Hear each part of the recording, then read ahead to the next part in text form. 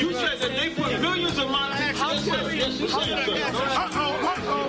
Should a murderer go to jail for murdering? Absolutely. Should a thief go to jail when he steals? Absolutely. Should a robber pay back the money he robbed? Absolutely. So why shouldn't the white man pay for what he did? That's right. That's right.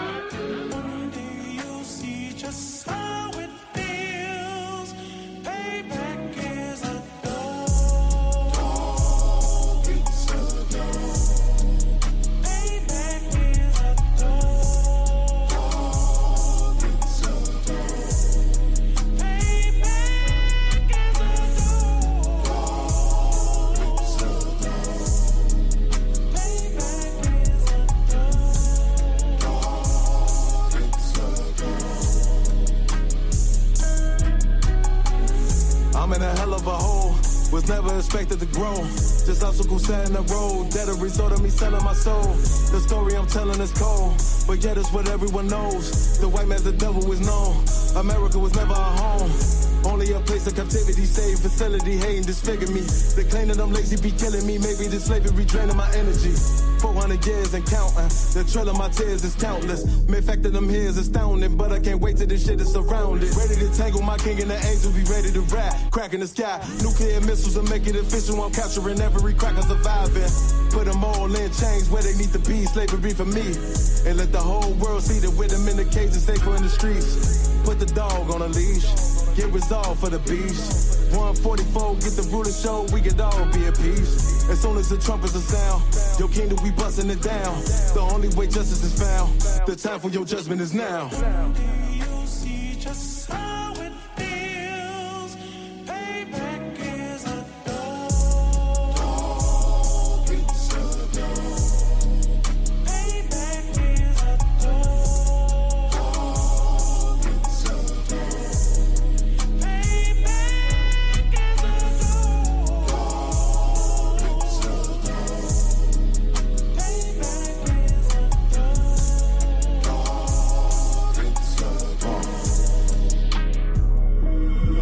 Ain't no remorse in my blood slim. It won't be no compromise. Now it's time to feed the worms. Watch his body turn to flies. I clutch iron while you trust the lies. The next Glock I buy gon' be Gen 5. I get it customized. And sending shots off like farewell. Praying payback come back around like a carousel. Still remember your Honda's words ringing in my head like bells. Said you in this body, you fit the Lord, fuck the cartel. Triangle choke, apply pressure to the game like I did Vondale. Payback's a bitch in a dress, she a bombshell. Revenge is dish served cold, I just hope they making oxtail. Glock fresh out the box, I swear it got that new car smell. Made myself a target in the world of mad shooters. That was designed fire for our babies to pass through in the day of our king's reign. I'll be overzealous. They bought my jealous, I bought brand new parabellums. You see just how it feels. Payback is a dog. It's a dog. Payback is a dog. It's a dog.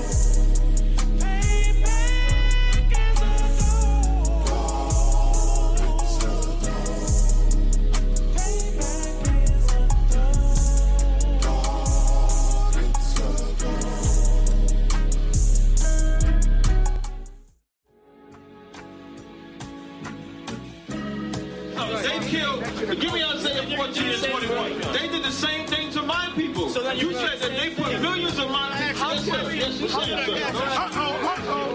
Should a murderer go to jail for murdering? Absolutely. Should a thief go to jail when he steals? Absolutely. Should a robber pay back the money he robbed? Absolutely. So why shouldn't the white man pay for what he did? That's right. That's right. You see just how it feels. Payback is a dog. It's a dog. Payback is a dog. It's a dog. Payback is a dog.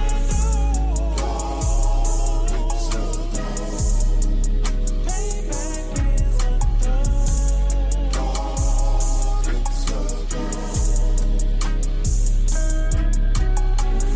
I'm in a hell of a hole. Was never expected to grow. Just obstacle sat in the road. That a result of me selling my soul. The story I'm telling is cold, but yet it's what everyone knows. The white man's the devil is known. America was never our home. Only a place of captivity, safe facility, hating disfigure me. They claim that I'm lazy, be killing me. Maybe this slavery draining my energy.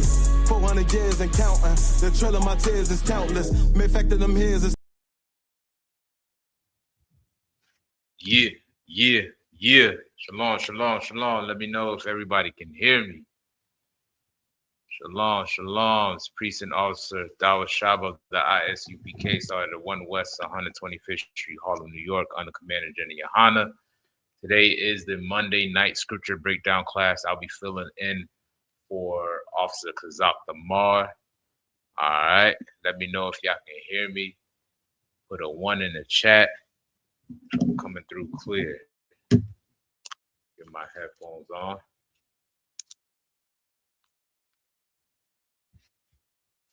All right. Let me know if y'all can hear me. All right. I appreciate that. Got the first one. So I should be sounding pretty good. All right. Appreciate that. Appreciate all the ones. All right, everybody. We're going to go ahead and get it started. Like I said, it is the Monday night scripture breakdown class. All right. Some more ones. I appreciate that. Just to let everybody know, I have the StreamYard link posted in the chat, whether you're on YouTube or Facebook. If you would like to join the live, just click on the link and you'll be able to join right in. If you have any questions, you can ask them directly by clicking on the link, or you can type it in the chat, whatever you're comfortable with. All right. Shalom, everybody. Shalom, man. Happy to see y'all. Happy to see everybody in class. Most High in Christ. So let's go ahead and get it started. If there's any questions about the Bible, about life, about current events, social issues, financial issues, relationships, whatever it may be, here's your opportunity to ask it, and I will answer it. All right. So I'm going to give y'all some time to get that together. If you have any questions, go ahead and type it in or click on the link. All right.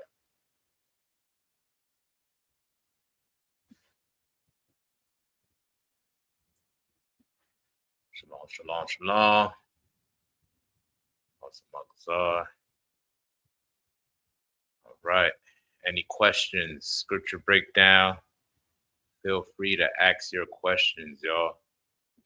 If you have any questions about the Bible.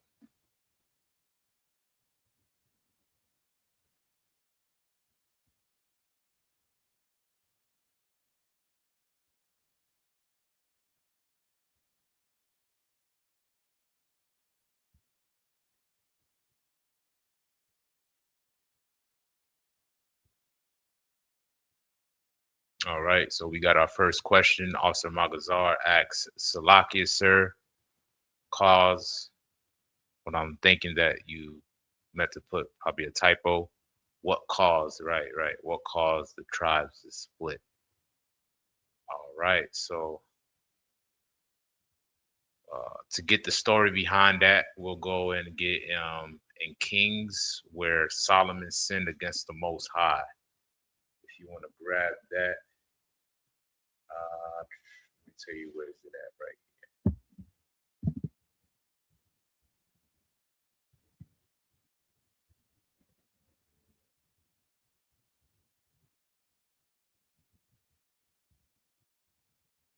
All right, that's in First Kings. First Kings in 11. If there's anybody that's able to read, man, click on the link. You want to read, trooper, officer, click on the link. All right. So the brother asked the question, what caused the northern tribe and the southern tribes to split? So we're going to get the history behind that. All right. So first thing I want to mention is that the 12 tribes of Israel are so-called Blacks, Hispanics, and Native Indians, right? at one point we was governed as a one nation, right? If you read the history of the Israelites, which is found in the Bible, it tells you how a portion of the nation divided with the other half. And these two halves was known as the Northern Kingdom and the Southern Kingdom, right? The Northern Kingdom consists of Ephraim and his fellows. The Southern Kingdom consists of Judah and his fellows. So you had Judah, Benjamin, and Levi was the Southern Kingdom. The Northern Kingdom was Ephraim, Manasseh, Gad, Simeon, all the rest of the tribes, right? Which people will know as today as Hispanics or natives, right? They were divided against the Southern Kingdom. Judah today will be known as Negroes. Benjamin today will be known as the West Indians, right? Levi today will be known as the so-called Haitians, which are people will know and identify racially today as Black, right? So you had so-called Hispanic tribes separated from Black people, the Black tribes, right?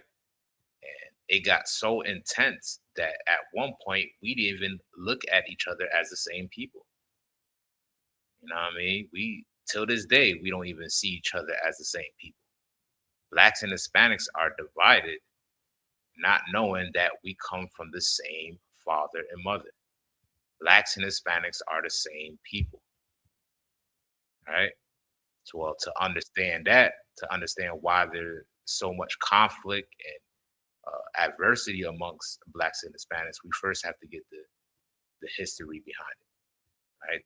The book called the Bible is the history of so-called Blacks, Hispanics, and Native Indians prior to slavery, right? Before you became a slave, let me see if I can change the layout, right? Before you became a slave, before you was conquered by the Europeans, Spanish, the French, the Dutch, the English, right? Before you was conquered by them, right? Your history was traced all the way back to Jerusalem. This is who you descend from. Hey, shalom, warrior. I'll see you shy. Yahabashem Shabakata. Hey, shalom, Adawan. Yabashim Yashabakata. What's going on? Shalom, Yahabashem. Is that Sheldon? Come. Oh, man. Y'all taking over Cape Town already. Look at that. Yeah, right, man. That's what I'm talking about. You know what I'm saying? The Lord sent them out by twos, man. That's how it started out. You know what I mean? Soon enough, the 2 is going to turn into 3. The 3 is going to turn into 4. The 4 is going to turn into 5. And next thing you know, you're going to have a whole camp out there, man. You know what I'm saying? So keep on rocking. Keep on rocking. No sign, please. Damn right. So, yeah, let's go ahead and get 1 Kings. And we're going to start at chapter 11 so we can answer Officer Magazar's question. All right.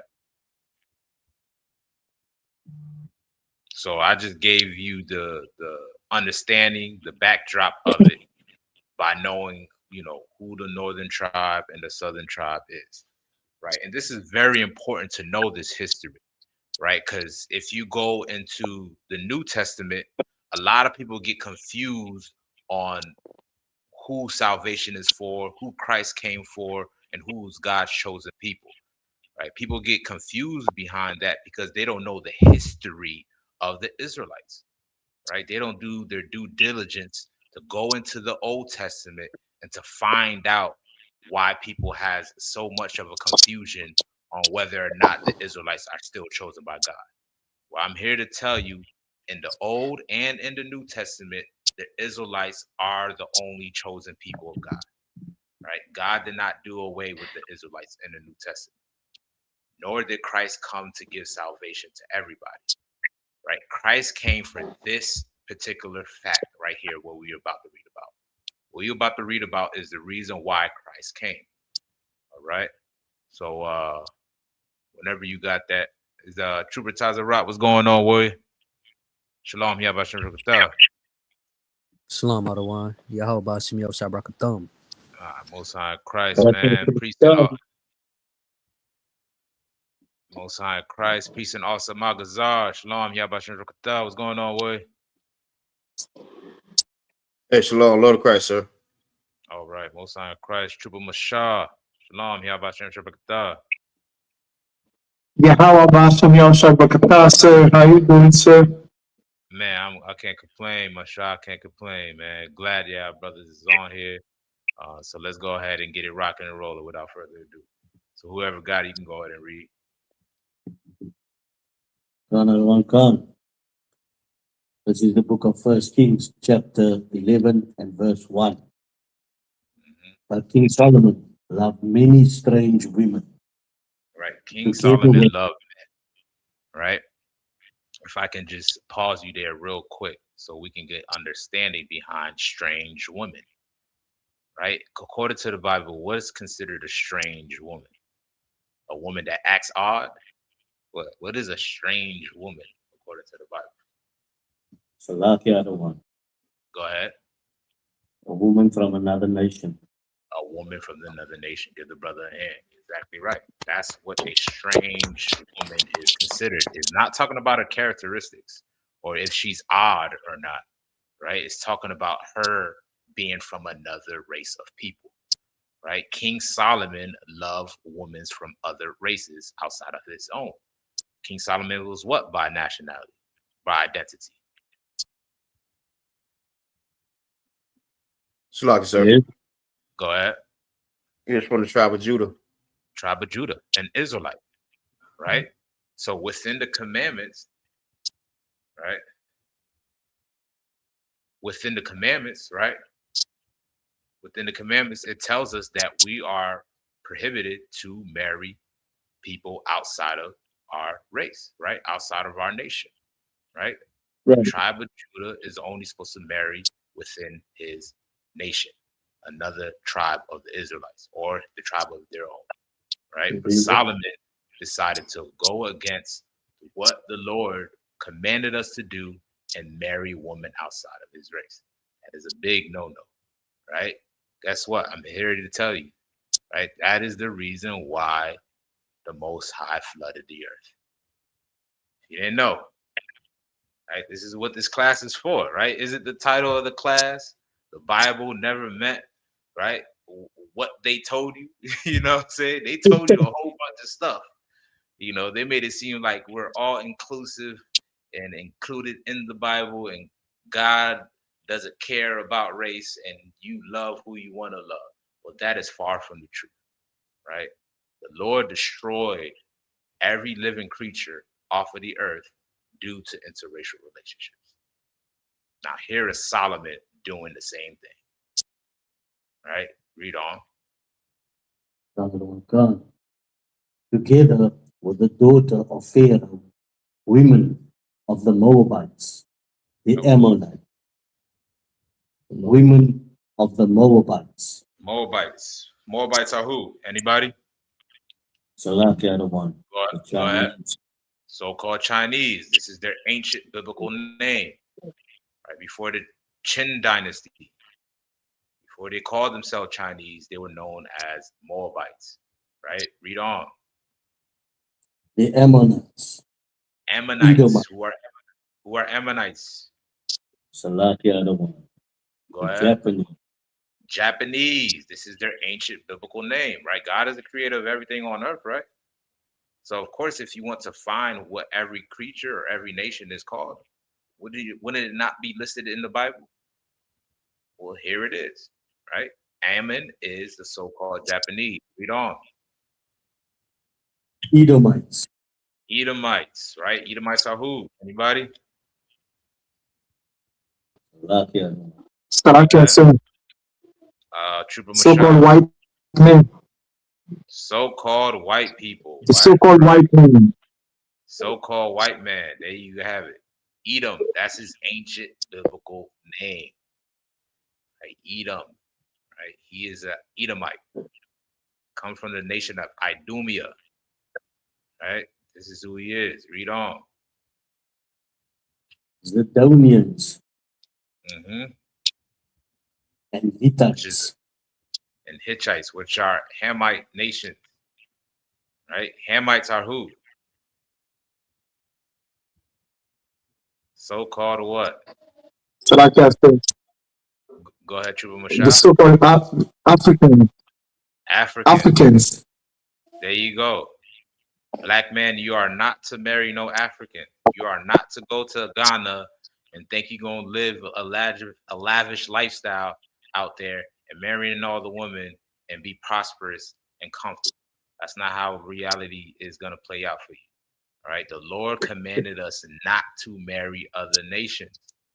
Right. And that is including the Chinese woman, the Japanese woman, the what else they didn't mention? Japanese, Chinese, the white woman, the African woman.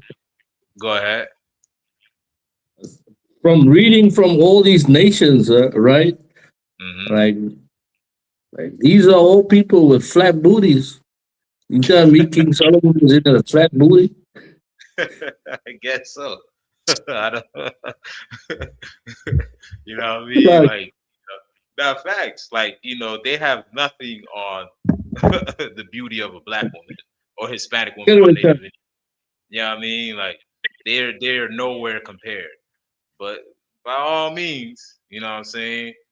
King Solomon wants to venture out. He decided to, try the little piece of the devil's pie. You know what I'm saying? And it did not turn out good. All right. So this is the beginning portion of why our nation split, right? Read on. Verse 2.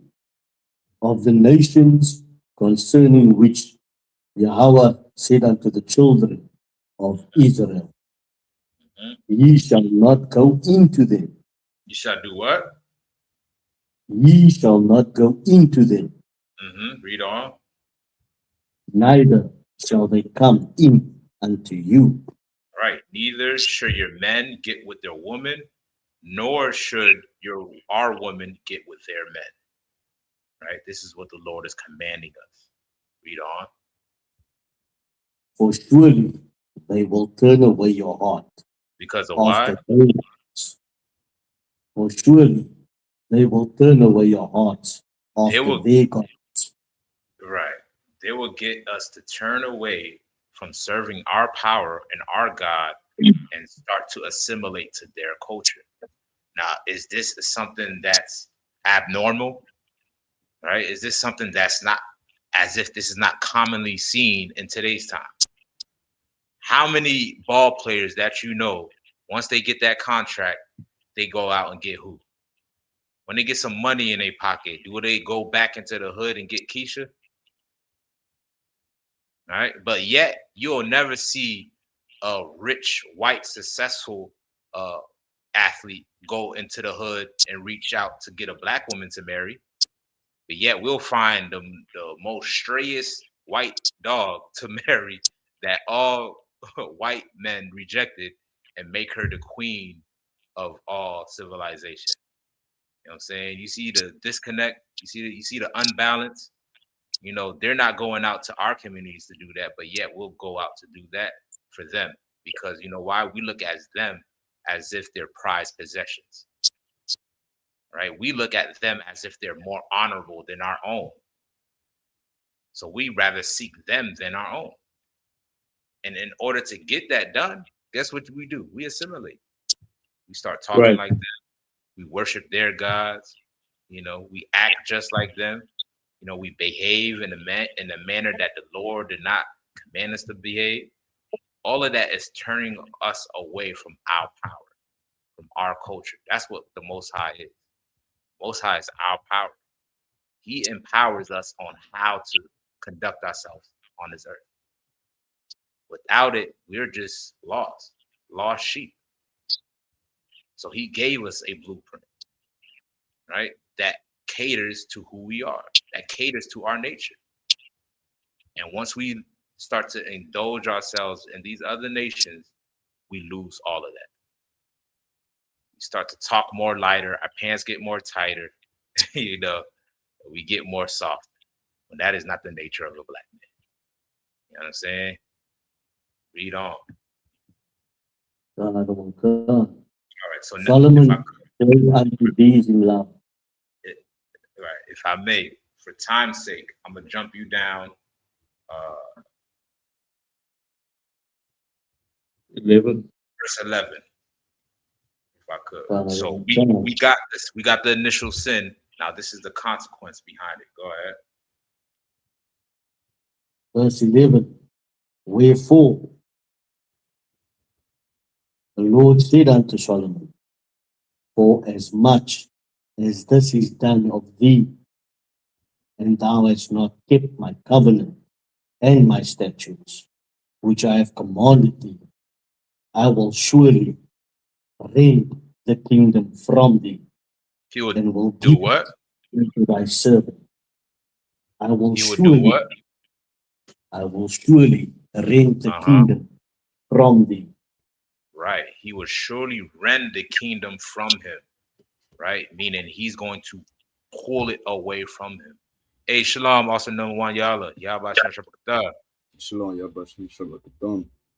Hey, Most High in Christ, man. The water for hopping on, priest. Most High in Christ. Right. So the Lord is saying he's going to rend it. He's going to rip the kingdom away from him. Right. And what he's talking about is he's going to split the nation in half. This is the judgment behind Solomon's sin. Right. Read on. God, and will give it to thy servant. Verse 12. Notwithstanding, in thy days I will not do it for David thy father's sake, but I will rend it out of the hand of thy son.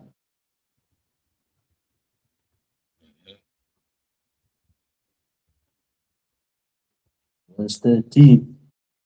Howbeit, I will not rend away all the kingdom, but will give one tribe to thy son for David my servant's sake, and for Jerusalem's sake, which I have chosen. Right. He's saying he's going to split the nation in two. Jump me down to verse 33. Another one. God. Verse 33. Because that thou have forsaken me and have worshipped Ashtoreth, the goddess of the Zidonians, Chemosh, the god of the Moabites, and Molech, the god of the children of Ammon, and have not walked in my ways, to do that which is right in mine eyes, and to keep my statutes and my judgments, as did David his father.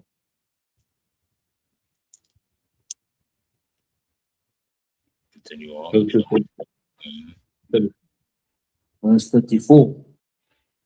Howbeit, I will not take the whole kingdom out of his hand, but I will make him prince all the days of his life for David my servant's sake, whom I chose, because he kept my commandments and my statutes. Verse 35. But I will take the kingdom out of his son's hand, and will give it unto thee, even 10 tribes. Even what? Even 10 tribes. Right. So what is being explained here? Right. Solomon is from the tribe of what? Tribe of what? Slaughter, sir. Go ahead. Tribe of Judah.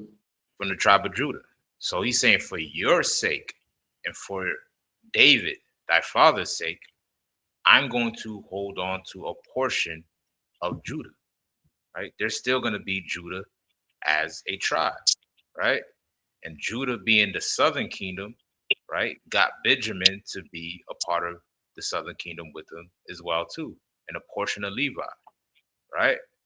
But as for the other tribes, right, Ephraim, Manasseh, right, the Lord said he's going to rend him out of his hand and give it to his servant, right? This is the beginning of when the two nations split into two. Right? You split it into two nations. Can y'all see my face? By any chance? Y'all see me? I know Salaki, sir. it's dark, but can y'all see me? Go ahead. Come, so we can see you, but it's just maybe the lighting in the room. I think maybe the light in the room is off. Yeah, my lighting is jammed up. My lamp ain't working. All right. So I got another lamp and it's not bright enough. But I'm trying my best, y'all. You know what I'm saying? I'm just a dark ass nigga, y'all. Y'all still see me though? Y'all can see me? I say I'm just a black ass nigga, you know what I'm saying? But as long as y'all can hear my voice, man, I appreciate it. All right. But yeah, so that's the beginning story of when the nation split into two. Right? Drop that. Let me get Ezekiel 37. And give me verse.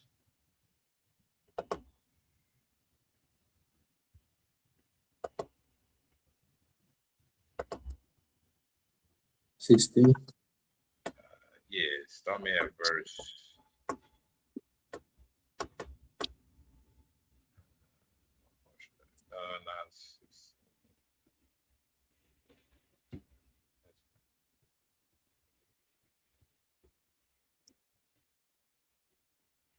All right, let me give verse, for time's sake, just give me verse 22. Verse 22. Hey, God, God. Hey, God, I thank the Lord too. You know what I'm saying? I wake up in the morning, look myself in the mirror. I say, Most High Christ, I'm a nigga. You know what I'm saying? So, Right. yeah, Right. So yeah, let's get Ezekiel 37. Start me at verse 22. Come. I'll go ahead. This is the book of Ezekiel, chapter 37, verse 22. And I will make them one nation in the land upon the mountains of Israel. Right. This is talking about Israelites. He said he's gonna make them one nation. We just read the history about the split. When Solomon sinned, that's when the split happened, right? Solomon's son Rehoboam came into power, and he was in odds with Jeroboam, right? And because Jeroboam had influence amongst the 9.5 tribes, they went with him. They followed after him. And Rehoboam maintained his position with Judah, Benjamin, and Levi. And as time developed, that's where it became known as the Southern Kingdom and the Northern Kingdom, right? And with that history is how two nations was formed and how Gentiles was known to be made in the New Testament. Now, depending on context, Gentiles can be talking about other nations, right? But it can also be talking about Israelites, right? These Israelites that it's talking about is the ones that's separated and not together with their brothers that decided to join the other nations, right? The Northern Kingdom went into captivity, right? And they started following other customs, other gods, other religions, other way of life, right? And they became scattered. But Judah maintained a bit of sovereignty, right? They maintained a portion on the land of Israel, right?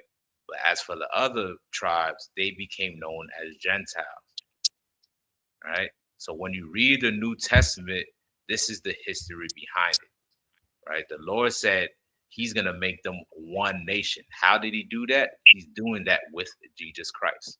Jesus Christ was sent to make these two kingdoms one again, like it was in the time of David, right? Read on. Come. And one king shall be king to them all. And one king shall be king unto them all. That king is who? Christ. Jesus Christ, right? Yahweh Shai Mashiach. Damn right, boy. Hey, Shalom, also Kamar. Yahweh Shem Shabbat. Hey, Shalom, Yahweh Shem Shabbat. Damn right.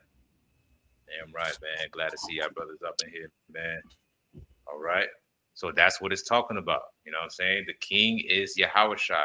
He was sent in the New Testament for this purpose, not for the whole world, but to save the nation. Read on. Khan. And they shall be no more two nations. There shall be no more what? And they shall be no more two nations. Right. Things got so bad to the point we didn't even look at each other as one. Right? The southern kingdom start to look at the northern kingdom as if there are a totally separate nation. That's how bad things got between us two. Right? They didn't even look at them as if they were their brothers. They didn't even consider it. Because it started out with this sin, and from there we went to captivity and serving other gods. Now, how does this correlate to today? I just mentioned before we broke this down in the beginning that the northern kingdom is who? So-called what tribes? Go ahead. The Hispanic tribes. The Hispanic and native tribes, right? The southern kingdom is so-called who? Go ahead. Judah and Benjamin. Judah and Benjamin, right? So-called black tribes. Right. This is how you know it's relevant till this day, because we are still at odds with each other till this day. If anybody need a Messiah, rest assured it's blacks, Hispanics, and Native Indians. Right. We definitely need somebody to show us how to mend our differences, how to unify, to build infrastructure. So that way we can protect ourselves, protect our neighborhoods, and protect our communities. We can't do that if we're divided. And guess who else knows that? Your oppressor knows that. He knows that once these people come back together, that will be the end of his rulership. That's when we will begin to gain power on this earth. That's when we will be able to build something. So he tells us, listen, those Hispanic guys, they're not like you. They're here to take your jobs. They're immigrants, right? What does Trump call us? Grapers, unalivers. That's what Trump calls them. And then you got foolish Negroes believing that propaganda. Like, yeah, they're here to take my job. No, they're not. Those are your brothers, man, that's seeking refuge from a land that the oppressor went in and infiltrated and destroyed. We have to be willing to help out those brothers and sisters out the same way they helped us when we were in slavery.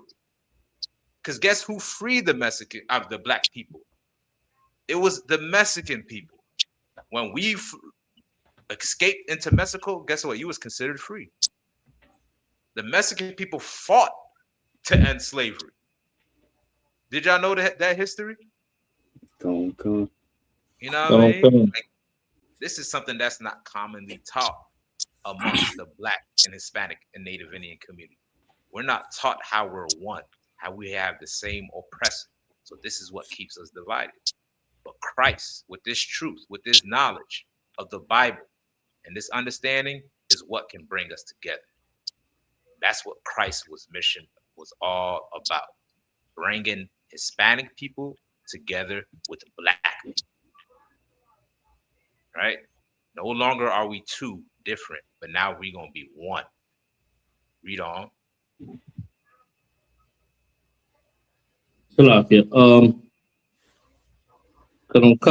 Neither shall they be divided into two kingdoms more. Neither shall they be divided into two kingdoms anymore at all. Right. That is the gospel. That's the gospel right there. That's the good news. Right? Give the Lord a hand for that. You know what I'm saying? That is what's beautiful to hear. Right? All that prosperity preaching that's going on in the church, all that singing and that self-esteem speech that they give out in church, all of that sounds nice. It feels good, right? But the true gospel, the true good news that we need to heal ourselves, to heal our trauma, is that blacks, Hispanics, and Native Indians are chosen people of God. And we are one race. That we have to come back together to better our conditions, serving the Most High. That's what we need to hear. That's the only thing that's going to free us, right? Christ is not coming back for one particular tribe. He's not only coming for the Judites. He's not only coming for the Levites, right? He's not only coming for the Ephraimites. He's coming for all 12 together as one. All right. So, for time's sake, did I answer your question, Officer Margazar? Hold on, sir. All right, Most High in Christ, man. Any other questions?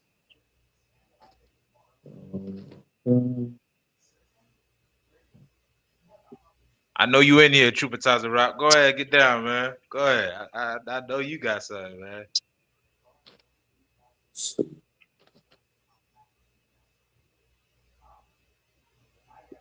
Salaam, sir. Go ahead, sir. Now you go ahead. If you ain't got no more questions, I might ask another one. Come. Salaam, sir. Me and Sheldon just had a conversation about. Sheldon was talking about because I just wanted to just maybe if you can, if I'm right, you can back me up on it. So me and Sheldon was talking about once the school is established properly in those words. Sheldon was talking about hoping that gun violence would end. And so I kind of said to him, in this society or in this world, gun violence would probably most likely not end, or gang violence. But as soon as we get the 144, as soon as all those brothers come in, then it will stop. But as for us being in the school, going out in the streets, making video and stuff, that those things would not potentially, could potentially stop gang violence, because with the Most High, anything is possible. But in this world, what I said to him, we are not saying per se ending gang violence, but we are getting the 144, those brothers together, so that gang violence could end when Christ comes. Khan. Which, if I could, to add on to what you're saying, the Christ said that the kingdom of heaven is within you. Right. Right. So like you said, we going out and raising brothers up, raising sisters up to turn away from that lifestyle. You know what I'm saying? And those who turn away from that lifestyle, right, don't have to live a life of harming another brother or looking over your back, wondering if your enemy is going to smoke you from this block or that block. You know what I'm saying? And that's what the kingdom is going to look like. Exactly right. You know what I'm saying? The kingdom is going to look like just like that. Now, as far as what's going on with the issue of it, right, I think that what's important for us to understand is what's the root behind this issue, right? Everything has a root. Everything has its origin, right? We got to find out how all of this began. You know what I'm saying? Well, what's going to free us is understanding that this is all the doings of our oppressor. Right? Now, most people will say, well, that's victim mentality. All right, well, let's put it to the test then. Right? Prior to integration, during the 1920s, what was the stat of gang violence then? Anybody know? Right? How many Bloods killed Crips in Rosewood during the 1920s? Go ahead. Slugger, there were no stats. I can't find none. Right? Can anybody tell me the stats of how many vice lords killed GDs in North Carolina? How about Tulsa, Oklahoma? How many Crips killed Bloods in Tulsa, Oklahoma? Anybody know? 0. 0. Now, why is that? It's a lot. Go ahead. Because we was forced to come together with each other. We ain't had. Nah, get down. My bad. We ain't have no alternative but our own. We had to love each other. We couldn't depend on nobody else but ourselves. Right. Get a brother a hand. You know what I'm saying? Get a brother a hand. We had to figure it out. Because it was easier for us to identify who the enemy is. Now the lines are blurred now, right? And what is the major component that blurred those lines of us not being able to identify who the enemy is? That was you, Officer Kamar? Khan. Integration. Get a brother a hand. You know what I'm saying? Integration, right? They just recently, right, celebrated a man named Martin Luther King. This is somebody that's well renowned in American history. Well, guess what? Martin Luther King did a great disservice to the Black community. Because prior to us integrating with white society, there was no gang violence. There was none of that going on. Right. There wasn't no my hood against your hood. There was none of that going on. I'm saying all that to say the reason why gang violence is an issue today is because we assimilated with white culture. Violence is white culture. Now, am I lying? Let's put that to the test. Remember when Donald Trump was having his presidential speech outdoors? I forgot what state he was in. Do anybody remember? Nah, sir. I can't remember. He was having a public speaking outdoors in some state, a white state, right? Where he was trying to campaign for votes. Well, there was opposing views amongst the crowd of people that was there to support him. Instead of them, verbally speaking out against their differences or finding a way to get to some resolution during that presidential campaign, guess what? Donald Trump ended up getting shot by the opposition. That's what happened, right? Donald Trump is a Republican. Their political party colors are what? Slovakia. Go ahead. Red. The other political party that's in opposition with them, which is known as Democrats, their political party colors are what? It's blue, sir. Slovakia. It's blue. So one blue man who was upset at the red shot at him. Doesn't that sound familiar? Well, guess what? If that can happen at a grand higher level, at a presidential level, what makes you think that doesn't trickle down to the common folks? Right? Somebody get me. Y'all get what I'm saying? Did I lose y'all? Go ahead. Oh no, not to cut you off, sir. But also too, before there was any so-called black on black crime, before we became the new quote unquote gangsters, like how you was bringing it out, it was these devils. You got the Italian mob, you got John Gotti, you got all these devils that was the originator of the gangsters, the originator of the drug dealers. It was them. And once we integrated, we took all his ways. It's like give the brother a hand. Give the brother a hand. Go ahead.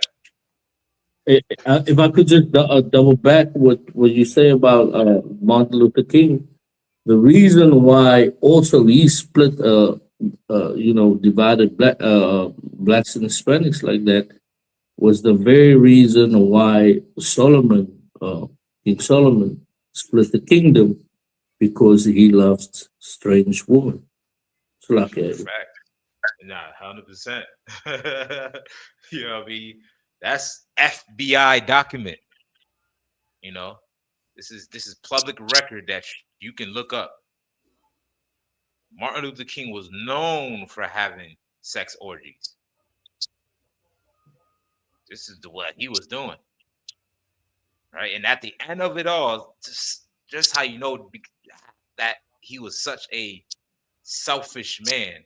At the end of it all, he turned around and said, well, I felt I led my people into a burning house.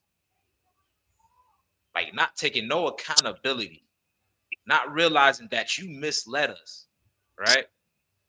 But just saying, well, it is what it is. Now my people's going to burn for it.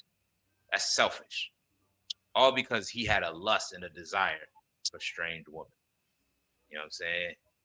Well, the Lord is raising up new leaders to teach us the truth. This is not about your independent feelings. This is not how you feel individually. Whether you love or hate white people does not matter. Who gives a damn? Right. You can have 5 white friends. That don't matter. What matter is what's fair and what's just. You understand what I'm saying? And what's Right. fair and just is that if you rob a man of his goods, that you have to pay him in return for what you stole. That's what's fair and just, regardless of what you feel. I can like you and love you all day. What's fair is that I get back what was taken from me. And that's what the only thing God is concerned with. You understand what I'm saying? So this is what it's all about. And this is what can free blacks and Hispanics from the mindset of gangbanging. By knowing that the white man is the devil the Bible speaks of. That's right. That's right. Let me get Ecclesiasticus 10:2, Bible shot. And I see a question in the chat. I'm gonna grab that Salaki. when I get time. That was you, Officer Nawan Yala? Yeah, come on. I also had a question as well. Okay, Khan. Do you want to? I'll grab it after I get this verse. Come on. All right. Let me just read the comment. Sheldon said Trump assassination attempt was in Butler, Pennsylvania. There you have it, Pennsylvania. You know what I mean? Where it was in full display the nature of how your oppressor operates. It was in full display. Right now, these are people that we view and look up to for guidance and direction in America. If they're treating each other this way in the public view, how do you think the people is going to reciprocate that? They're going to look at that and say, well, I should do the same thing. When I have an opposing view with my enemy, when I don't see eye to eye with somebody, this is how I should respond, because it's happening the same way in the presidential level. I get what I'm saying? Okay. Salaki, sir. Go ahead. If I could say real quick, like that's the same exact thing that happened to what's his name, Charlie Kirk, like when he was on that campus, and the same people, you know what I'm saying, the people that did were, you know what I'm saying, were white, you know what I'm saying, and all because they disagreed, or you know what I'm saying, what you know what I'm saying, whatever reason they thought of, you know what I'm saying, because they disagreed with his views or whatever, you know what I'm saying, they first resort was to unalive him, and they unalived him in front of everybody. And recently, you know, there was a woman who just got arrested for a plot to assassinate Trump recently, but you know, he's heavily focused on you know, the Hispanics, you know what I'm saying, and this and that. Meanwhile, his, you know what I'm saying, his people are knocking each other off left and right. Right. You know what I'm saying? Like, that's so true. Give the brother a hand. You know what I'm saying? Like, this is the nature and the behavior that we assimilated to. This is what we integrated into. We integrated with a lawless beast. So guess what you're going to become? Y'all get what I'm saying? Don't Come on. Who got that for me real quick? Salakia, you said that's 12 and 2 in Ecclesiasticus. Was it 12 and 2? I think it's 10. Did I say 12? Or, let me do that. 10 and 2, my bad. 10 and 2. God. All right, Khan. The book of Ecclesiasticus, chapter 10, verse 2. As the judge of the people is himself, so are his officers. Right. As the judge of the people, the judge is the person that's in the position of power, that sits on top of the officers. So however the judges behave and the standards and examples that he set out, guess how the officers are going to behave? The people that's under him. Right? We are the subjects in this land. We are the people that's on the bottom. And oftentimes we look up to the oppressor. Well, guess what? If we see them carry themselves in a behavior that's violent, guess how we're going to behave? In the same manner, the same violent nature, right? And the Bible is giving you that understanding. The Bible understands the mind of man and how it can be heavily influenced. And they push this propaganda onto us as if we're inherently violent, when Black people are not inherently violent. We became like this because we're following a violent beast. We're trying to adapt to his nature because we found that was the only way to be in order to assimilate and listen to Martin Luther King. Read on. Khan. And what manner of man the ruler of the city is, such are all they that dwell therein.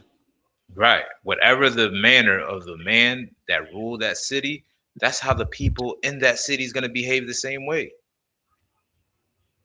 Right? Look how destructive Donald Trump is. This man is literally a grown child. You know what I'm saying? And you don't think his people that follow him, right? They don't, you think they're going to behave with decency? They're not. Right? And we looking up to these people is the same way. And psychology is going to break this down the same way. Right? This is psychology in the Bible. Psychologists study this. Right? This is called the trickle down effect. How many of y'all heard of this before? Go ahead. Go ahead. Okay, can you say it again? Other one? Trickle down effect. Come on. Right? In psychology, I'm going to read it real quick. In psychology, the trickle down effect refers to a top down hierarchical process where the attitudes, behaviors, or emotions of leaders, e.g., or example, managers, coaches, are emulated by the subordinates, my bad. Y'all see that? Come. This is what's going on with us as a people. We are the subordinates in this place. We are the subjects of this land. And Martin Luther King told us to look up to white society. Neglect your Black fountain and drink out of the white fountain. Neglect your Black restaurant and eat at the white restaurant, as if their bullcrap was any better than ours. We looked up to them during the Civil Rights Movement. And because we looked up to them, we began to behave like them in attitude, behavior, and emotion. Now we have where we shooting each other down in the streets. Everybody loved to point the blame at the youths and how the Black man is the problem and where's the Black man and the Black man ain't ish, but don't nobody ever place blame on the so-called white man. Right. You won't hear a peep. Somebody said Salakia?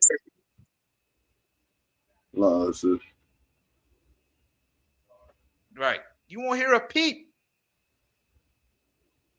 always got so much to say when it comes to each other, when it comes to expressing self-hatred. But when we want to even mention a little bit of what the oppressor could have, what he could have possibly contributed into our demise, we want to neglect that.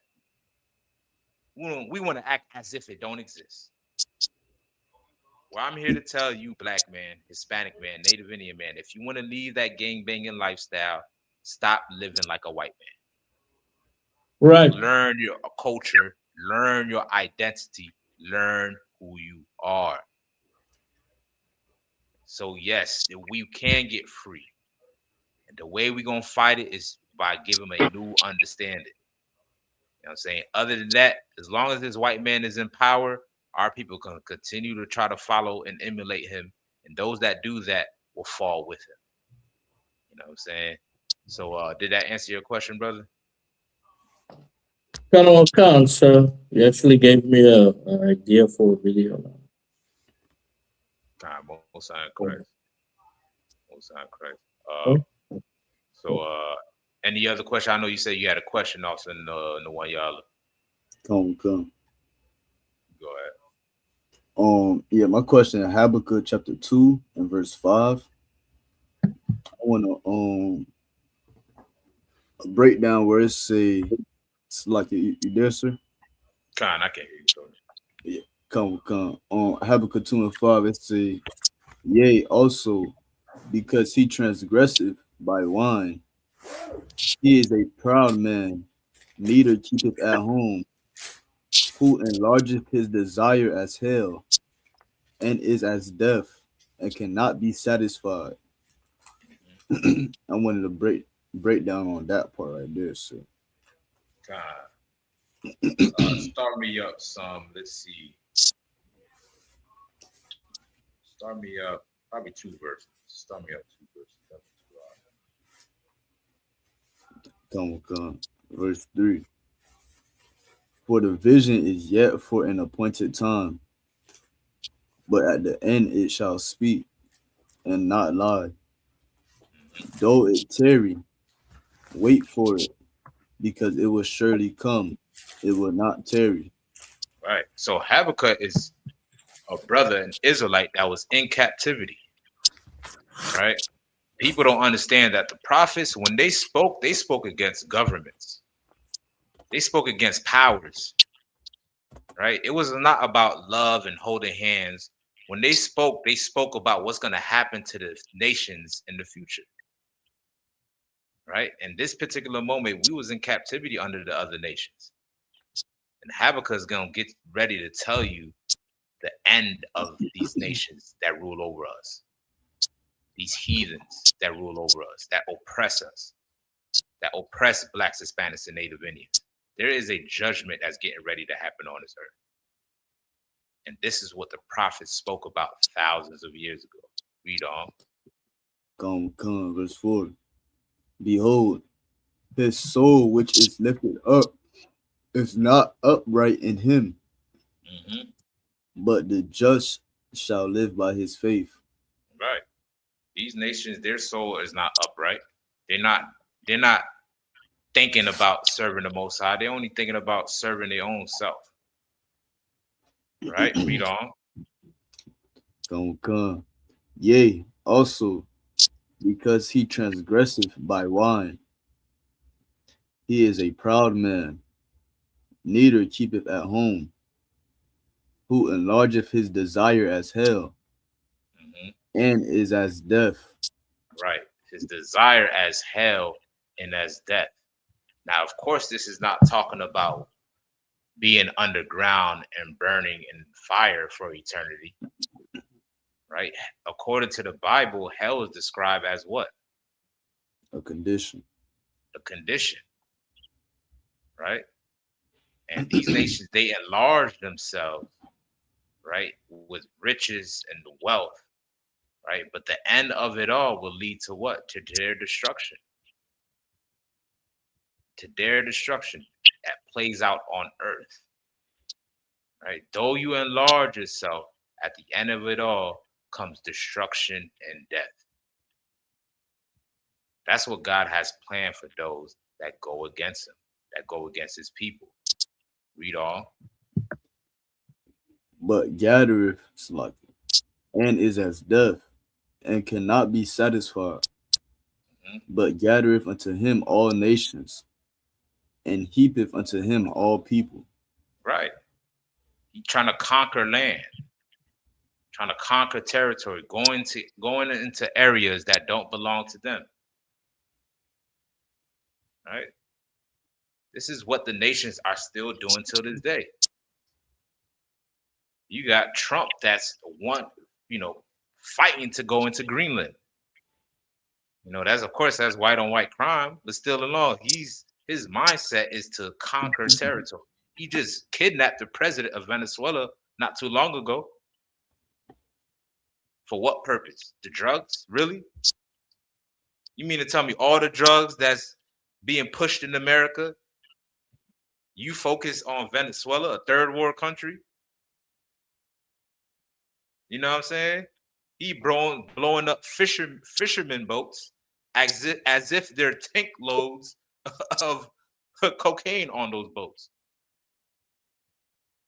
You understand what I'm saying? He's using high military graded weapons on these fishermen boats, all in the name of drugs, fight on drugs. When really he's only there just to conquer territory, so he can gain control over that oil. And though he has the position and the power to do that and to kidnap the president, to seize the oil, guess what? At the end of it all, it's going to lead to his destruction. Read on. Come, verse 6. Shall not all these take up a parable against him, and a taunting proverb against him, and say, woe to him that increaseth that which is not his. Read that again. Come. Woe to him that increaseth that which is not his. Woe to him that increases that is not his. What is this talking about? Who want to break that down? It's a lot. Go ahead. This sound like the white man. He came over here on this land, took it and say it's his. He trying to go to like you said, Greenland. He trying to conquer everything. Take all the land that is not his. He trespassing everybody's borders and setting up his border and saying that it's my land now. Get out. Damn right. Get a brother a hand. You know what I'm saying? Right. The word woe means what? Destruction. The Lord is saying destruction to those that get stuff that know damn well don't belong to them. You trying to strong arm robbery things that don't belong to you. Well, there's going to be a price to pay for that. Though you have it now and it looks like it's a gain, at the end is going to be to your demise. Read on. Come. How long? And to him that ladeth himself with thick clay. Right. That build towers. Right. That use their armory. They use the society and what they have to act as if they're protected from the Lord's judgment. I mean, the Lord is going to get ready to bring down all these nations, regardless of how much wealth you think they have. Guess what? At one point, Egypt was known as the most powerful nation on the earth. Egypt was so advanced at its time, nobody thought Egypt would ever fall. But guess what? There is a God that's powerful enough to bring down anything on this earth, regardless of who it is. And if these nations don't realize that, soon enough they will. All right. So does that answer your question, brother? Go, sir. All right, Most High in Christ. Shout out to Sister Ma'alabath, also Kazak Gamara Rib, Most High in Christ. Listen, this sister is a psychologist, all right? You know what I mean? So she'll get you right, you know what I mean? So shout out to you. This is where I get it from. I get it from y'all. All right. But any other question? Salak, yes, sir. Go ahead. This is not like a specific scripture, but if you could, any scriptures that'll help on, you know, being brotherly / sisterly, you know, even when said brother or sister is not much of a brother or sister to you. Okay, that's a good question. That's a good question. Let me get Matthew 18. yeah, that's a good one. That's the perfect one. The other one is somebody can grab me. Yeah, I think it's in there too. If that brother trespass against thee, rebuke them.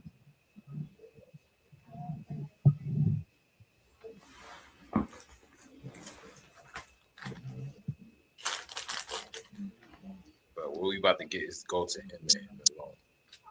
Hold on, real quick. Let me see. Wait, you said go to him and him alone first?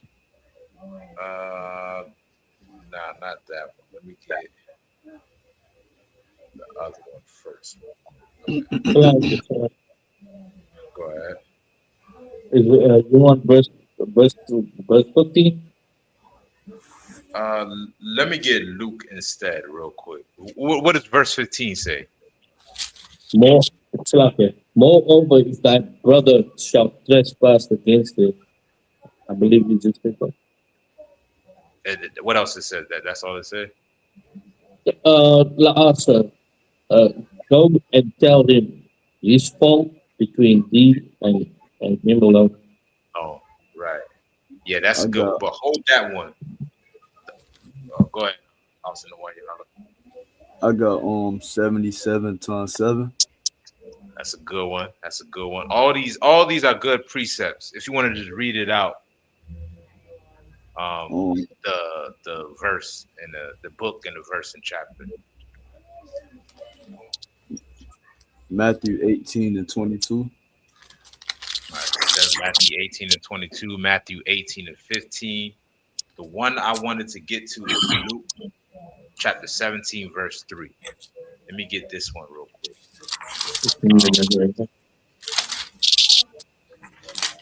Right, because what I want to also establish for brothers and sisters is that it's important for us as well to learn how to develop boundaries also. Right, there's nothing wrong with having boundaries. All right.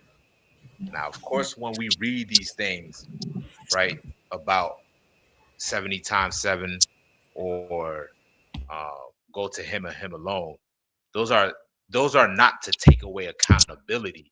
You know what I'm saying? But it's more so to give your brother or sister the benefit of doubt. You know, give them an opportunity to make things right. You know what I mean? But there's nothing wrong with first setting down a few set of boundaries or principles and standards, right, that you feel like, you know, should not be crossed. There's nothing wrong with that.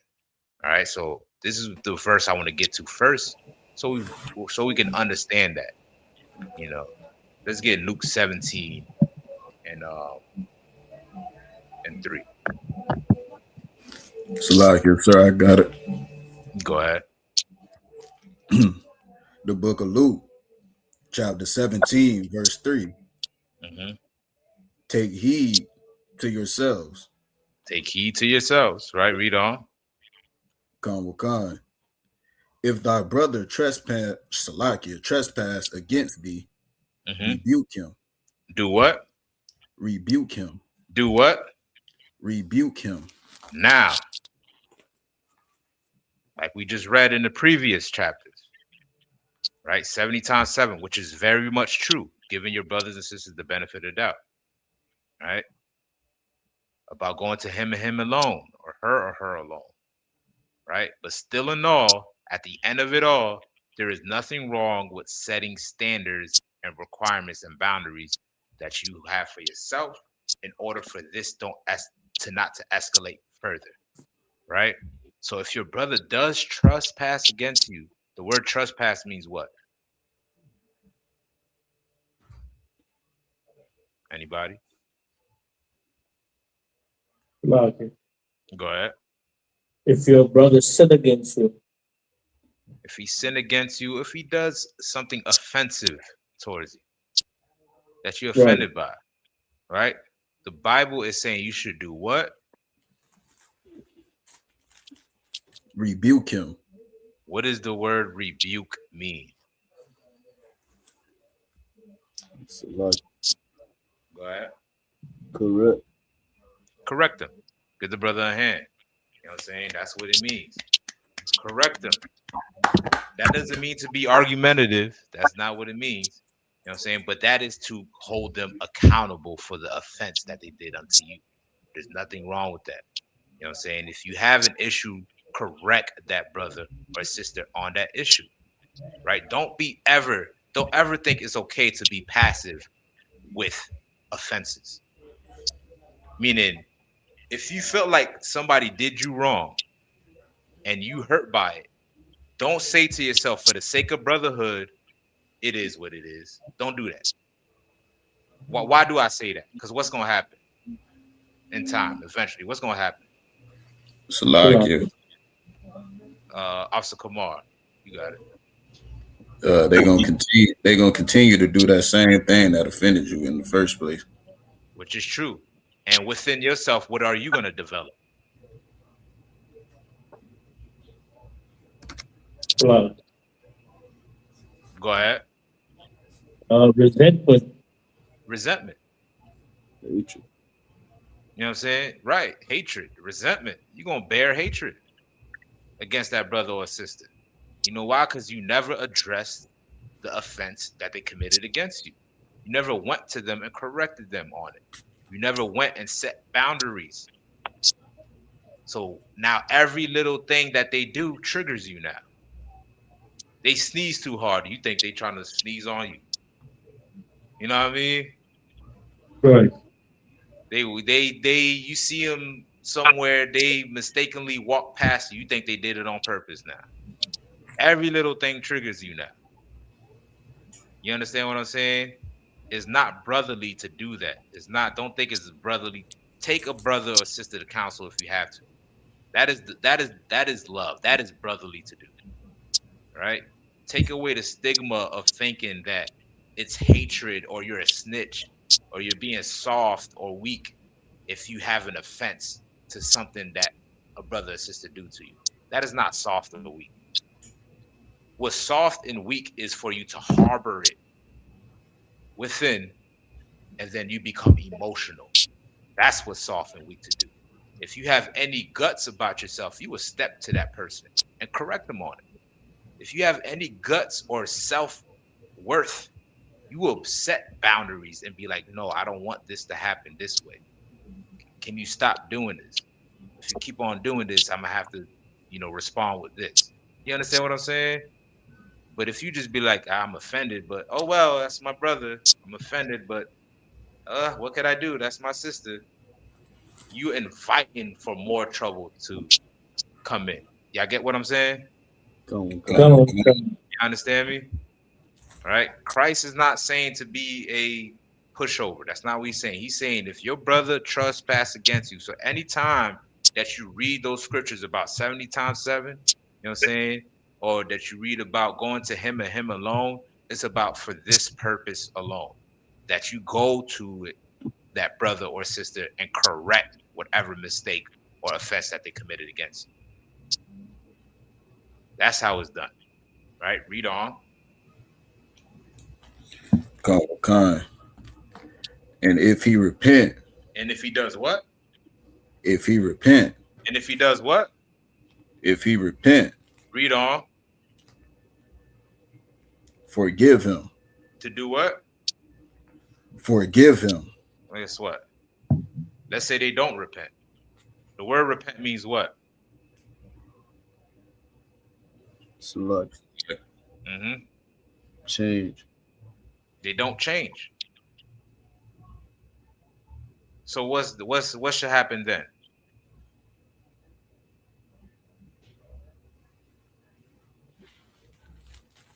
Salakia. Go ahead. You call him to counsel. Call them to counsel. Right? Don't just let it brush under the rug. Don't just be like, I know you're gonna keep on doing it. It's okay. You know, you're my brother. It's okay. You're my sister. It's all right. No, I don't like what you did. I'm taking you to counsel. That's it. That's all it has to be. It's not hate. It's not. It shouldn't be bad blood. It shouldn't be animosity. None of that. You felt offended by something you did, right? Go to them and them alone. If they don't stop doing it, take them to counsel. That's how you get it done. You know what I mean? If somebody's being unbrotherly to you, right? The brotherly thing to do to them is to do what?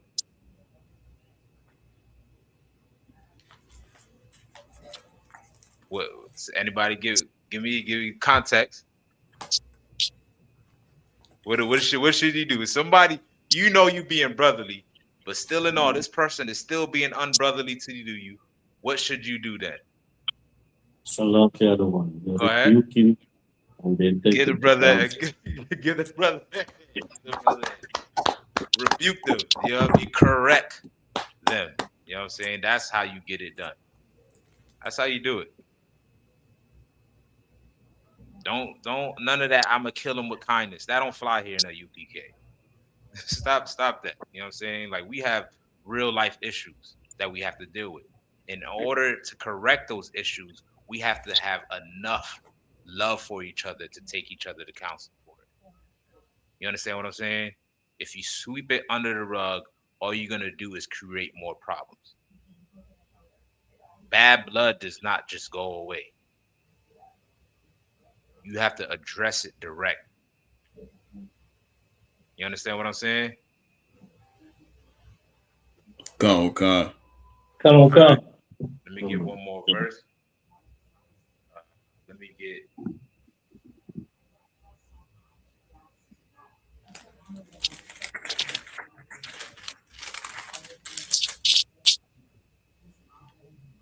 Let me get Ecclesiasticus 19 and 13.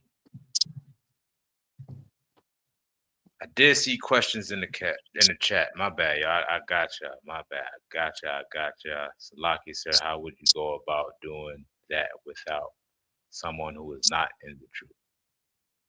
I got you. Right? Understand this. Everything that we speak about, everything that we teach, right, is not only targeted specifically for those that's in the truth. Best believe it can work with those that's outside of the truth.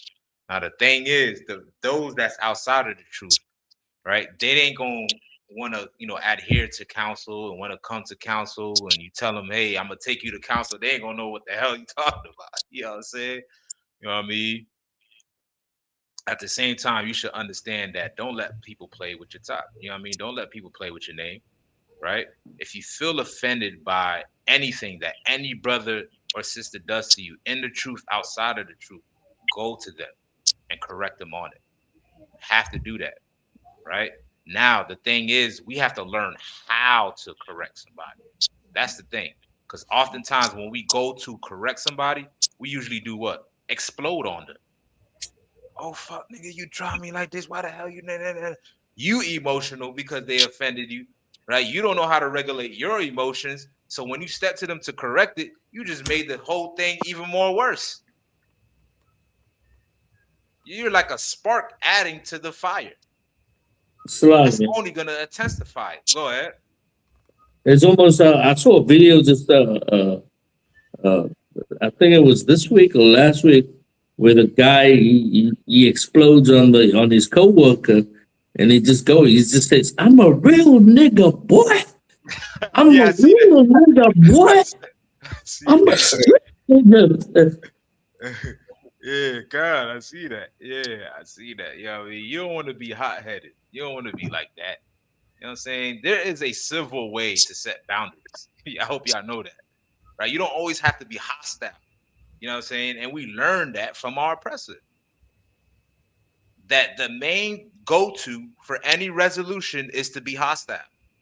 For what? You think that's gonna get you an advantage over the person that offended you? Right? I don't know if you know, niggas out here ain't soft, whether they in the truth or not. You know what I'm saying? Black people, there's some black people that don't play that stuff. And you can Right. act tough all you want to. Guess what? They're gonna retaliate just as tough back to you. You know what I mean? You want to learn how to regulate your emotions and learn how to de-escalate.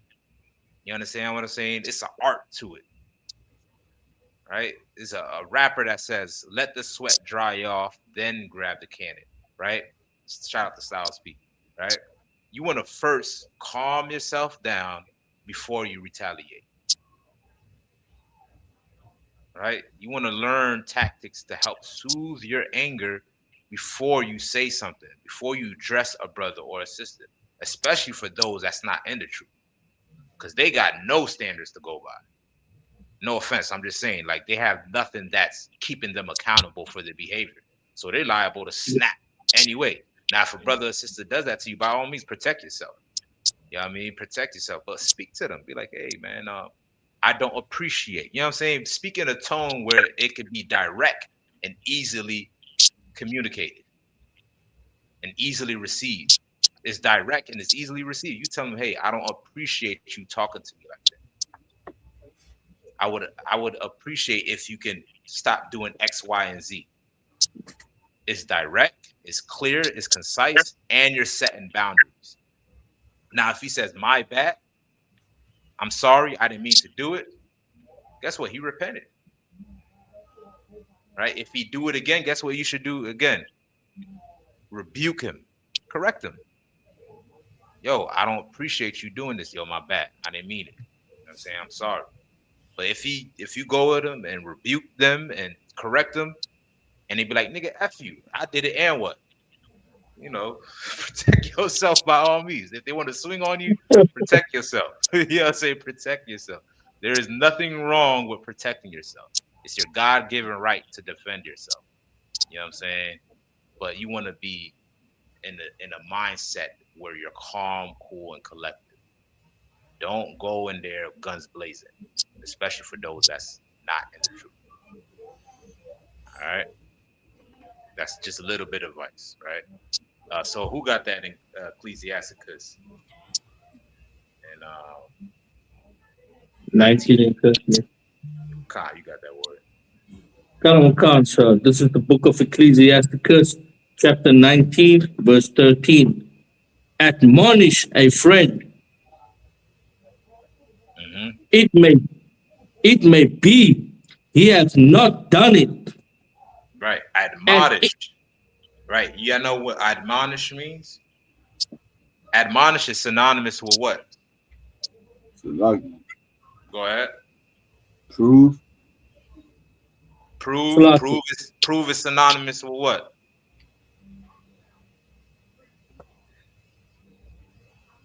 Go ahead. Officer Yeshaya.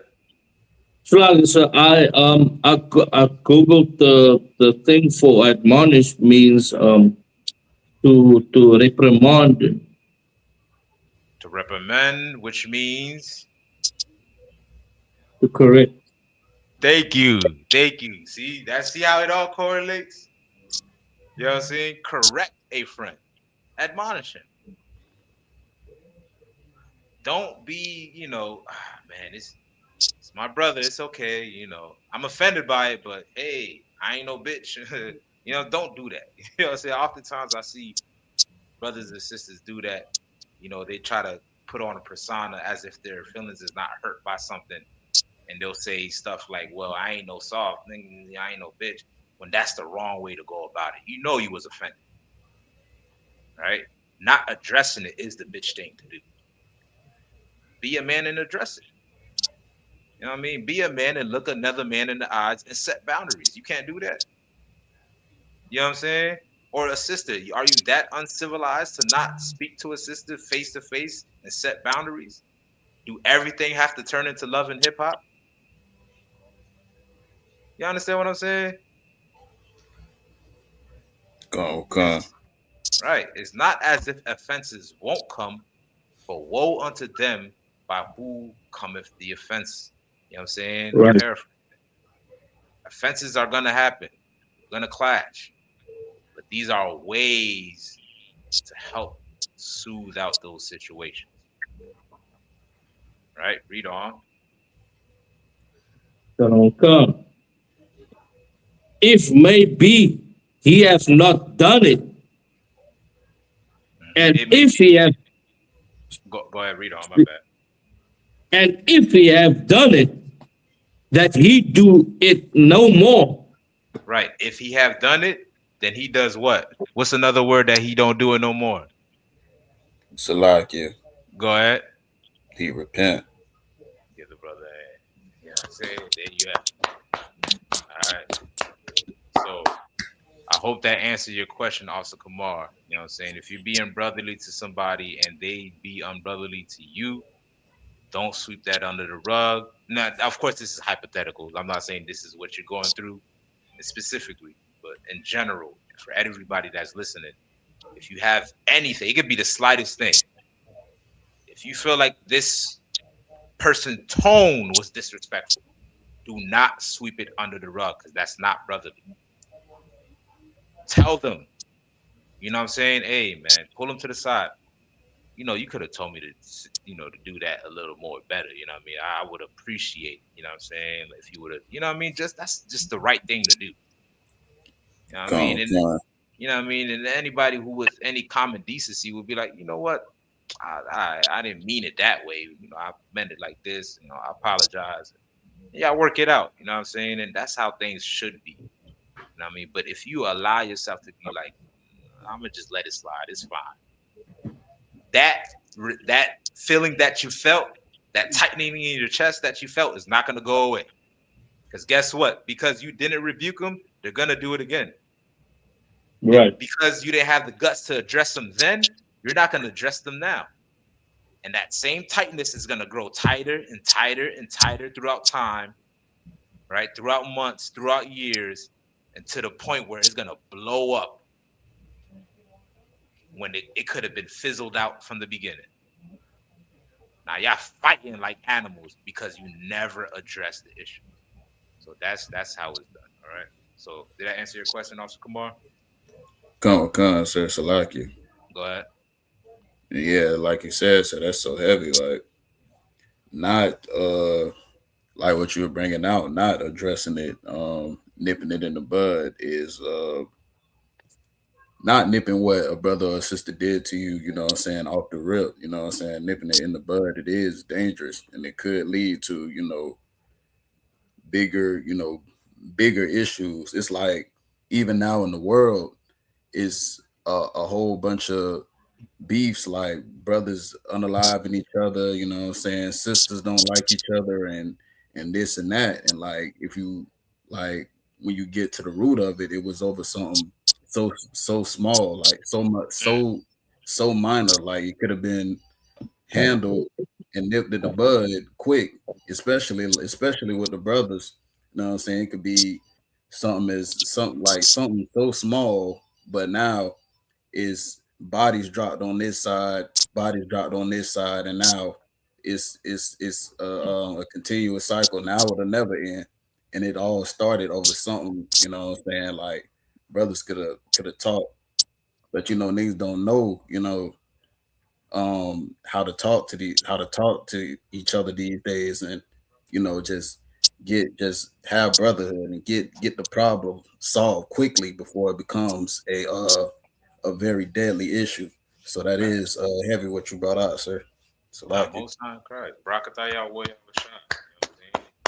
That's spot on. You know, that's very true. Like, the thing is, like Black people, we are the most civilized people. Blacks, Hispanics, and Native Indians are the most civil people on this earth. You understand what I'm saying? Like, we are the most peaceful, loving people on this earth. But the thing is, they utilize propaganda to push in our faces to act irate all the time. They put it in the media for us to act hostile all the time. And we tend to mimic those things that we see on TV when that's not real life. Right. You know what I mean? Like they put the suspense music behind it. You know what I mean? When they show it on TV, they got the music, the tempo gets faster while they arguing. You know, the cut scenes and the camera. That's not reality, man. You know what I mean? And we go into conflict with those things in our mind rather than, well, let me try to gain this brother or sister. Right. Right. The whole purpose of me rebuking them is so I can gain this brother or sister, so we can maintain our bond, some type of unity. Of course, without neglecting no boundaries. I won't cross yours, you won't cross mine, so we fine. You know what I'm saying? But at the end of the day, I have gained you by knowing that I'm not gonna just go out and punch you in the mouth just because I'm mad at you. You know what I'm saying? I'd rather gain a friendship with boundaries so that way we can have mutual respect for each other. Respect, love without respect is nothing. I'm telling you right now. Say you love somebody all you want, you love black people, but you're gonna have to up your respect then. And since they taught us this since grade school. In order to get respect, you have to do what? You gotta give it. Gotta give it. That's how it goes. That's how the world works. That's how the universe works, y'all. You want respect, you better give respect. Don't be treating people like shit. Don't be talking down on people.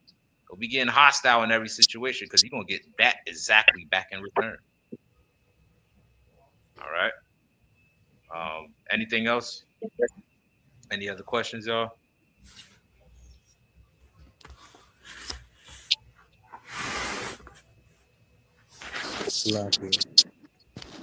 Go ahead.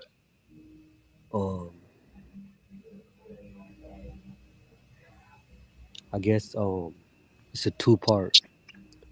The wise men, were they were they Israel? God, I was waiting on you, Trubataza Rap. There you go. Both sides good. God, the wise men were Israelites. So then my next question would be how do I say this? Were they doing astronomy or like, you know what I'm saying? Because they was reading the signs, they was reading the stars. Laki, could you explain that? I'll explain that first.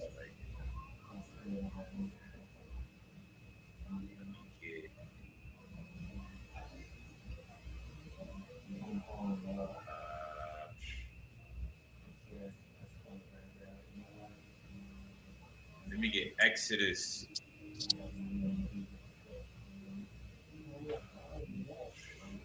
Exodus.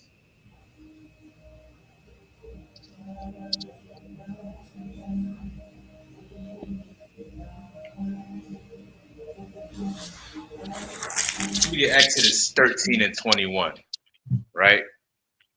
What those three wise men used was not astrology, right? They was not counting the stars in order to locate where Yahushua was born at, right?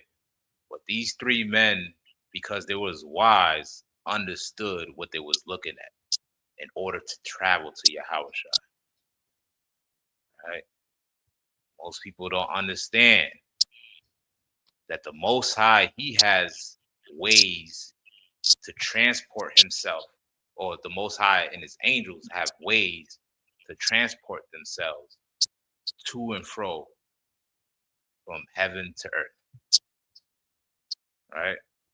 And they utilize vehicles that we can't even identify, right? And most times when they're seen, we're identifying them with things that we can practically identify it with, right? We'll align it with something that's common to us to best describe it, right? So what these three wise men seen was a chariot from the Most High in order to identify where Yahushua was. Right? Let me get Exodus 13 and 21 real quick. Oh, no. I'll let Trooper Tazarop read. I'll let Trooper Tazarop if you're able to. Khan out of Wakan. This is the book of Exodus, chapter 13, and verse 21. And the Lord went before them by day in a pillar of a cloud. Right. The Lord went before them. Them is talking about the children of Israel while they was in the wilderness, right? Leading them in the wilderness, we was being led by what?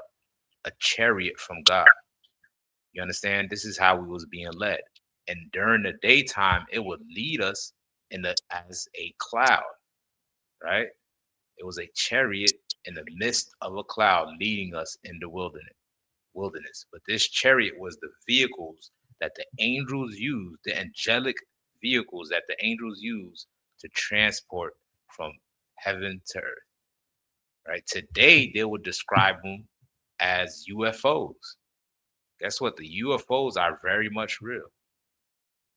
And they're not being piloted by who you think they are. It's not green, scaly skin creatures with big black eyes and big heads that's driving these UFOs. Right? They're being driven by angels of God. And since the time of Moses, they were known to be the chariots of God, the angels of God. And it was out there leading us in the wilderness. Read on. Khan of Wakan. To lead them the way. And by night in a pillar of fire. And at night, a pillar of fire. Right? It's night out. We're in the wilderness. It's dark. Right? This chariot gave us light. Right? It gave us light in the form of fire. Right? In a form of fire lit up in the sky as a pillar, leading us in the wilderness. So when these three wise men seen that specific star, they knew that was a chariot from God showing them where Yahushua was at, leading them to Yahushua. Right? It wasn't astrology of what people would think. You know what I'm saying?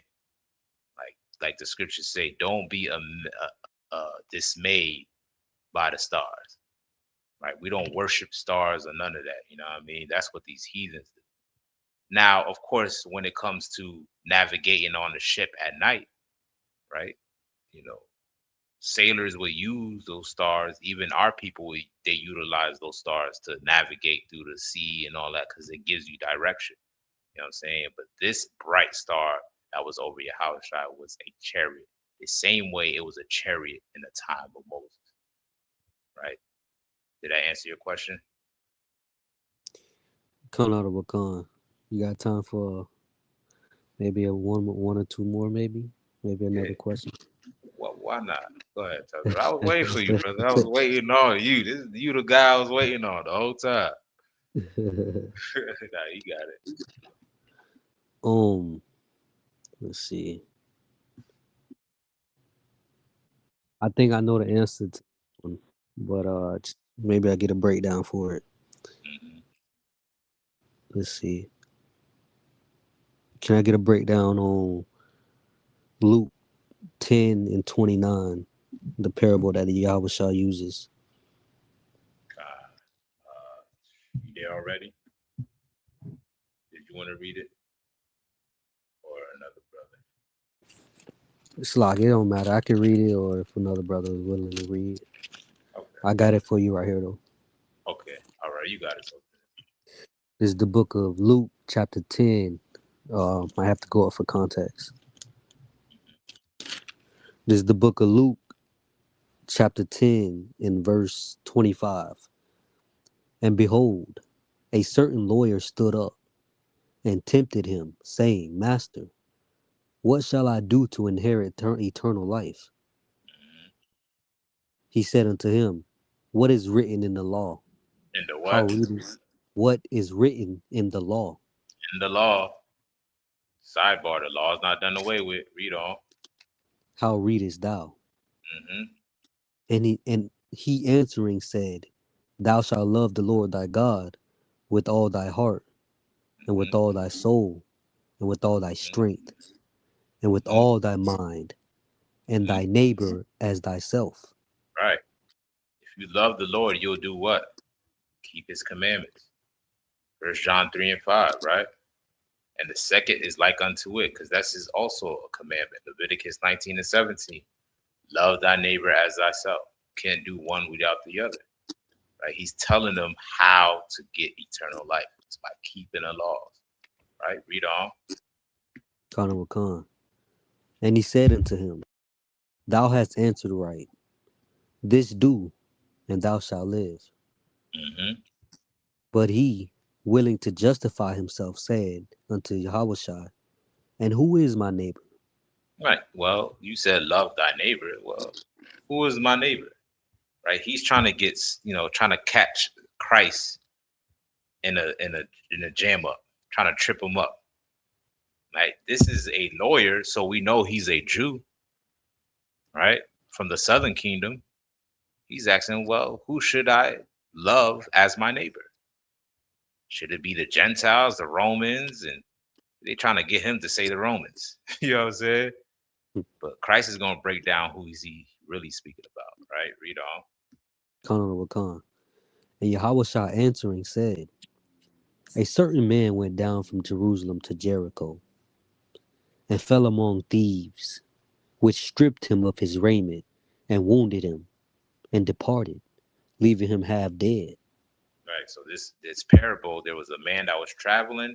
He got beaten and robbed, right, and left in the street for dead. Read on.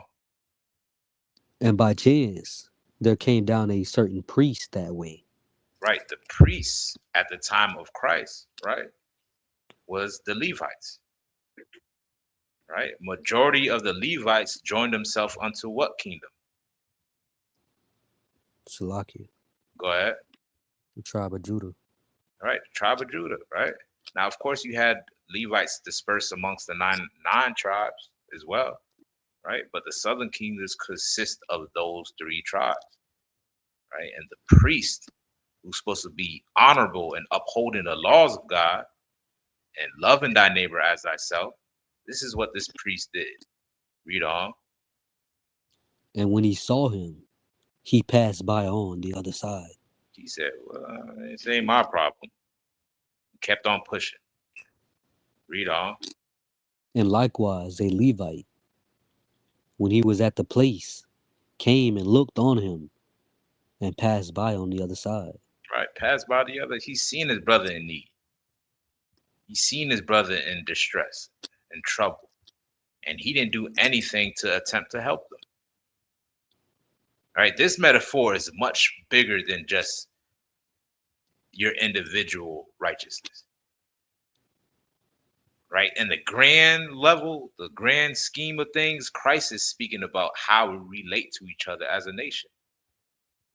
How so-called black people relate to Hispanic people. Because we are all one nation. And right now, our Hispanics are in a time of distress. Our brothers are in a time of need. The Haitians are in a time of need. Are we going to respond how the priest and the Levite is going to respond? Or should we respond another way? Read on. Khan. But a certain Samaritan. But a certain Samaritan, right? This man was not considered a priest of nobility. He was not a Levite. He was not still ordained in the land of Judea with the Judites or with the southern kingdom. This was a man who lost his identity, was seen another brother suffering and felt compelled to do something about it. Right? Samaria was a city that was established in the northern part of Israel, where the northern kingdom dwelt. And that came about when the heathens start to come in their land. So most of our people became Samaritans. Most of our people became what the other nations told us to be, Greeks, Romans.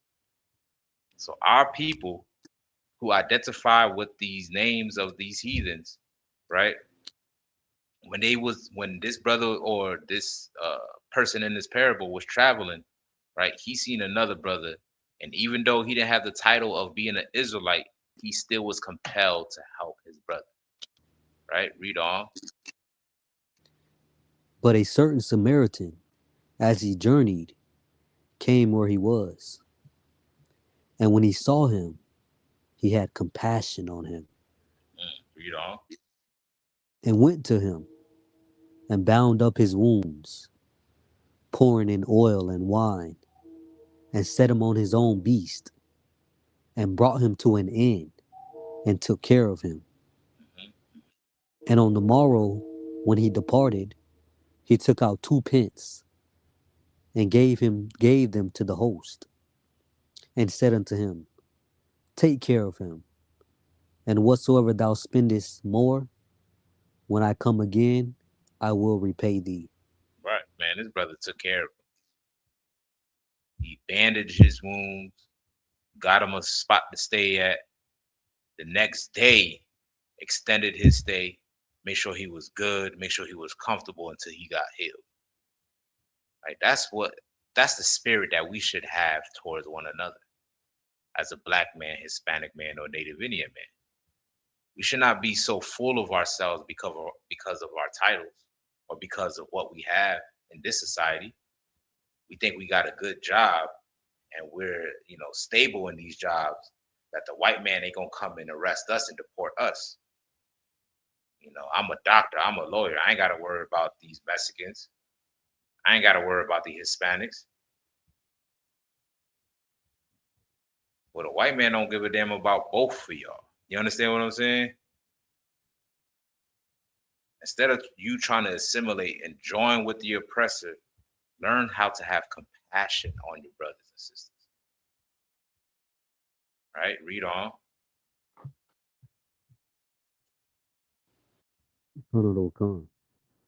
Now, which of these 3 thinkest thou was neighbor unto him that fell among the thieves? Right. This brother, he didn't just read the law and speak it, but he lived it. Right? Love is not just words, it's an action. And through his actions, he showed that he loved his brother as himself. Because anybody in that situation would want the same thing done to them. For black people, we should understand this. What's happening to the Hispanics is nothing new because we went through the same damn thing. And we know how it feels. You know what I'm saying? We know how it feels. So why would you be in support of it happening to them? Why would you be passive and think it's okay to ignore it when it's not? Christ is commanding for us to come together as a nation, and we can't do that without love and compassion for one another. We can't view each other in the eyes and the lens of the oppressor, because that's how these pastors do it. They perpetuate the white supremacy narrative. That's why they blame everything on black people. They love to blame us as if it's our own fault. Your leaders will say it's your fault. Well, who's gonna have compassion? Say, brother, it's not your fault, man. I understand. Sister, it's not your fault. I understand. Let me help you out. Let me give you a helping hand. Who's gonna be willing to do that? Well, those that do that and move in that type of spirit, those are the ones that actually follow the laws of God. Are actually really brothers and sisters. All right, so you can drop that. Did that answer your breakdown? Slaki, Khan. Most High Khan. Salaki, sir, before we go. Khan, sir. Yeah, in verse 29, right? In the same chapter that we just read. But he, if I could quickly read, but he willing to justify himself. That willing just to justify himself is that saying like he's trying to catch out Christ so he can be justified in punishing Christ, or trick Christ? And Well, he's trying to justify within himself as if, he's righteous. Like he's, justified in, not being, completely all the way with the law. Well, I don't know who my neighbors is. Well, can you tell me who my neighbors is? Like he's trying to justify the fact that, I ain't got to go out my way to love my brothers and sisters. You understand what I'm saying? Come. Yeah, like he's just trying to be smart with Christ. Right. Right, like he's trying to, justify the fact that, he don't give a damn about Negroes. Because listen, I don't know, he ain't my neighbor. You know what I'm saying? Like Cain did to Abel. Am I my brother's keeper? Trying to get Right. smart. You know what I mean? So that's the same thing that this Pharisee was doing. He knew damn well who his neighbors was. You know what I'm saying? This is a lawyer. He's well versed in the law, so he knows the history of Israel. He knows what happened to the northern kingdom. You know what I'm saying? But he's trying to justify himself. I'm a lawyer. I'm straight. Who my neighbors is. You know what I'm saying? So that's basically what it's talking about. All right. Answer your question. Come. Go on, sir. All right. Most High in Christ. With that, man, this is it. Wrap it up. Clap it up, man. Most High in Christ. Big up, man. Officer Nawan Ya'ala, Officer Yeshaya, Officer Kamar, Trooper Tazarat. Who else we got on here? Trooper Mashah, soon to be Trooper, but young man Sheldon. You know what I'm saying? Shout out to Cape Town. Yeah, the water, everybody that tuned in, my Bob, KJ, the designer, everybody that was in the chat, Saparia. I didn't even get a question. The Revelations 1-5. Hold that question, sis. Officer Kazak will be back next week, and he'll break that down for you. All right. So with that, I'm gonna go ahead and end the class. Shalom, Israel. Yahweh Hashem Yashar Barakatam. Yahweh Shemal Atam Ba'Hashem Yahushua. Yahweh Hashem Yashar Barakatam. Yahweh Hashem Yahweh Shalom, Shabbat. Shalom, Shabbat. Shalom, Yashala.